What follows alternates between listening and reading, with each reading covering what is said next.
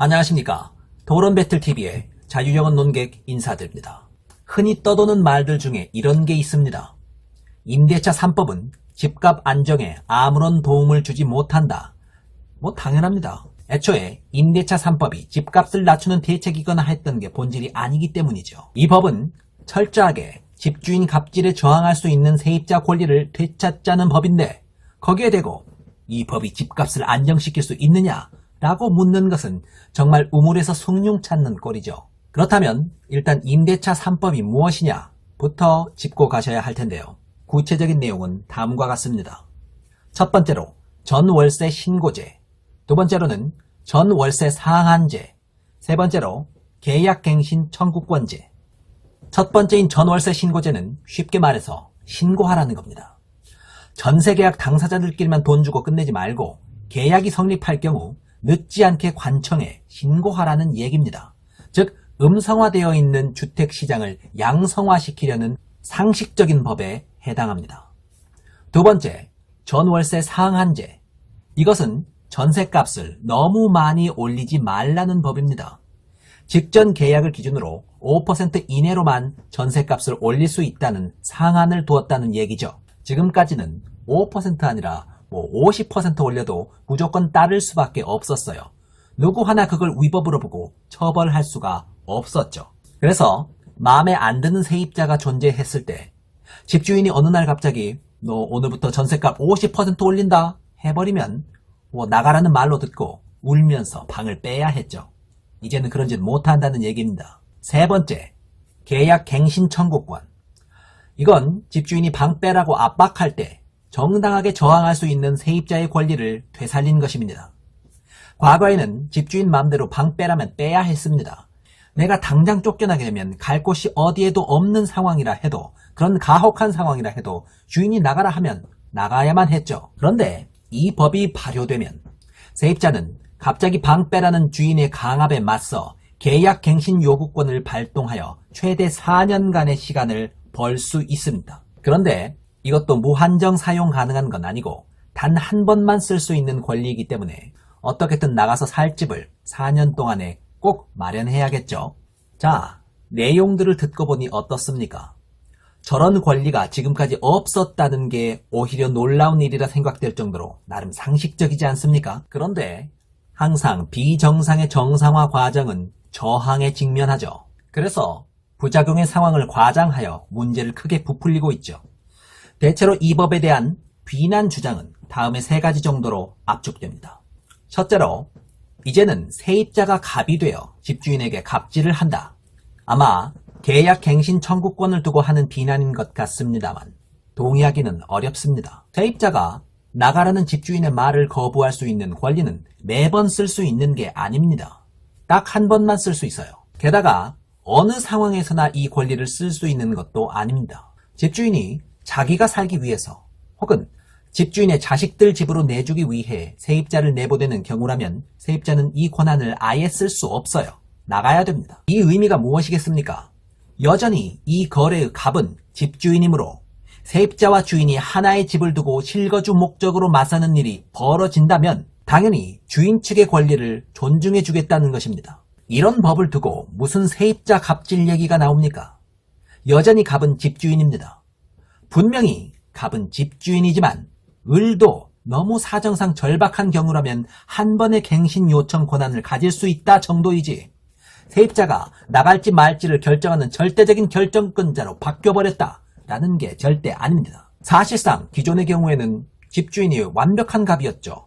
집주인은 나갈지 말지를 자기 의지대로 마음대로 결정할 수가 있었습니다.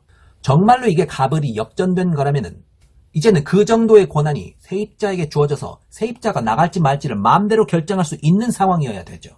실제 그러한가요? 그렇지 않아요.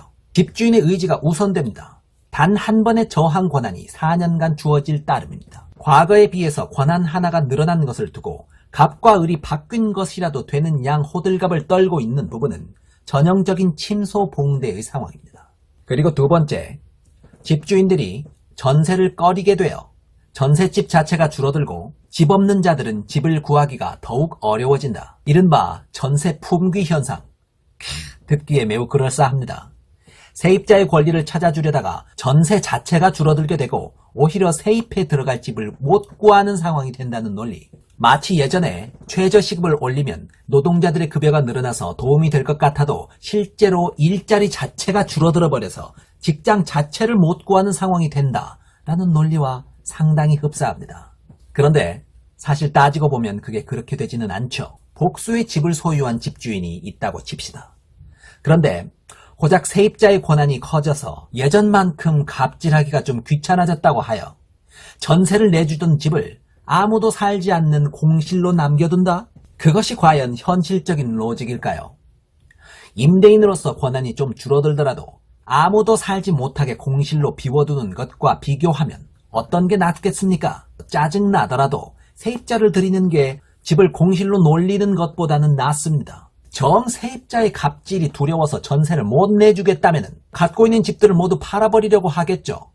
그것은 매물이 발생한다는 얘기고 값이 싸지는 요인이며 주택의 신규 공급을 의미하게 될 거고요. 주택의 신규 공급이 의도치 않게 많아진다면 세입자 입장에서는 오히려 좋은 상황이 되는 것이죠. 공급이 늘어나서 내 집 마련할 기회도 늘어나니까요.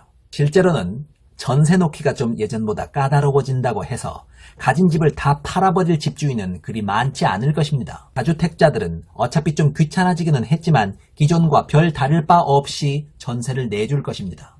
공실로 비우는 것보다는 낫지 않겠습니까? 따라서 이 정책이 시행된다고 해도 전세를 내줄 주인집이 너무나 없어져서 전셋집을 구하기 더욱 힘들어질 거라는 지나치게 휴머니즘적인 걱정은 안 하셔도 될 것 같습니다. 그리고 세 번째, 어차피 이런 법이 있어봤자 다들 피해 나갈 것이니까 유명무실하다. 다음에 카톡 찌라시를 보시죠. 무려 조선일보에서 특집 기사로 쓴 카톡 찌라시입니다. 우와, 이번 임대차 3법 파회법 벌써 나와서 공유 중. 새 주던 집에 세입자 쫓아내서 들어가서 살고 자기 살던 집을 전세가를 대폭 올려서 내놓으면 됨. 일단 기가 막힙니다. 똑똑하네요. 자기가 직접 사는 경우라면 세입자를 쫓아낼 수 있다는 단서 조항을 악용하여 쫓아내버리겠다. 직접 내가 살겠다는데 법 어긴 게 뭐냐? 분명히 단서 조항에 그렇게 하라고 돼 있지 않느냐? 법 그대로만 적용하자면 분명 이런 꼼수를 통해서 세입자의 계약 갱신 청구권을 무력화시키는 게 가능하긴 하죠. 그런데 생각해 보십시오. 전셋값을 올리고 싶을 때마다 나는 이사를 가야 하는 상황인데 그게 그렇게 쉽나요? 이 법은 이렇게 해석할 수 있겠습니다. 전셋값을 내 마음대로 올리고 싶다면 법망을 피해갈 방법이 존재하는 법. 인정. 그런데 실제로 그렇게 하려면 나는 매번 이사 비용을 감수해야만 하는 그런 법. 여기서 이사 비용이라 하면 단순히 돈의 문제만을 포괄하지 않죠. 상황 조율이나 정신적인 스트레스, 귀찮음 등등을 포함하는 이사 비용이죠. 이게 상식적으로는 충분한 저항을 만들어내지 않겠습니까? 보통은 그렇게 매번 이사 비용을 감당하느니 그냥 법이 허용한 5% 정도만 전셋값을 올리고 말겠죠. 고작 전셋값을 5%보다 많이 올려보겠다고 매번 이사 비용을 감당할 사람이 얼마나 되겠느냐는 말입니다. 그래도 돈 되는 건 뭐든지 하는 사람들이라면 이런 귀찮음쯤을 감수할 수도 있을 것 같으므로 이사 비용보다 훨씬 더 많이 뽑아 먹어버리면 되죠. 전셋값을 막 2배씩 막 올려가면서요. 그런데 이게 어떤 패턴을 이루게 되면 적발이 그리 어렵지 않은 상황이 됩니다. 복수의 집을 주기적으로 왔다 갔다 실거주하면서 그럴 때마다 세입자를 내쫓고 동시에 전세금도 대폭 올려버리는 상황이 확인된다면 추가적으로 그 부분을 단속하는 조항을 고안해 볼 수가 있겠습니다. 패턴이 너무 전형적이어서 단속도 쉽다는 것이죠. 이렇듯이 임대차 3법은 불완전한 구석이 있습니다. 하지만 그게 불완전하다고 해서 그 취지가 옳지 못한 게 아닙니다. 그러하다면 폐지가 아니라 보완을 통해 이런 꼼수 패턴에 대한 대비책을 추가하는 것이 현명할 것으로 보입니다. 정리해 보겠습니다. 애초에 임대차 3법의 핵심은 집값 안정이 아니라 집주인의 갑질에 정당하게 저항할 권리를 세입자에게 부여하는 것이 그 핵심입니다. 따라서 이 법으로 애초에 집값이 잡히겠느냐라고 따져 묻는 것은 이 법의 성격과 취지를 전혀 이해하지 못한 질문이라고 생각합니다. 또한 집주인이 무슨 죄냐? 대다수의 집주인은 함부로 갑질하지 않는데 집주인들을 잠재적 범죄자로 보고 그런 법을 만들다니 난 너무 자존심 상한다 라고 얘기하는 집주인분들 계시죠? 예, 맞습니다. 사실상 대부분의 집주인은 갑질을 일삼지 않죠. 그렇다면 이 법이 새로 생겨서 달라질 게 하나도 없습니다. 원래부터 세입자가 원하는 만큼 잘 살게 해주고 전세비도 5% 이내로 올려왔고 관청의 등록도 성실하게 잘 해왔었다면 새로 도입된 3법에 저촉될 게 하나도 없고 기존과 똑같습니다. 그런데 왜 집주인 탄압하는 법이라면서 반대합니까? 갑질 따위 안 하셨던 집주인들에게는 달라질 게 하나도 없는데요. 이 법은 집주인을 잠재적인 범죄자로 보고 만든 게 아닙니다. 전셋값을 마음대로 올려버리고 마음에 안 들면 마음대로 쫓아내버리고 관청에 세입자 등록도 않던 일부의 비정상적인 관행을 바로잡자는 것에 불과합니다. 비정상의 정상화, 지극히 당연한 과정이지만 막상 시행시키는 것은 어렵습니다. 기득권의 저항이 만만치가 않기 때문입니다. 그 저항의 과정에서 등장하는 수많은 말들은 각기 들어보면 일리가 있게 들리기도 합니다.